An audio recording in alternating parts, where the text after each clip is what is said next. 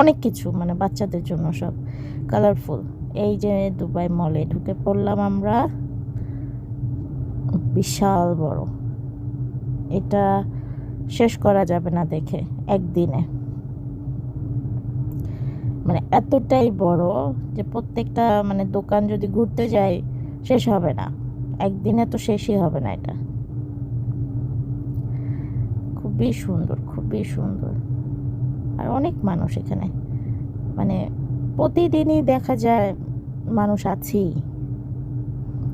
আসলে আমরা তো মানে মেট্রো করে এসেছি, মেট্রো থেকে বাইরে নামতে হয়নি, মেট্রো থেকে নেমেই একদম আমরা এই মলটার ভিতরে মানে আসার জন্য যে রাস্তাটা সেটা তো দেখালামই।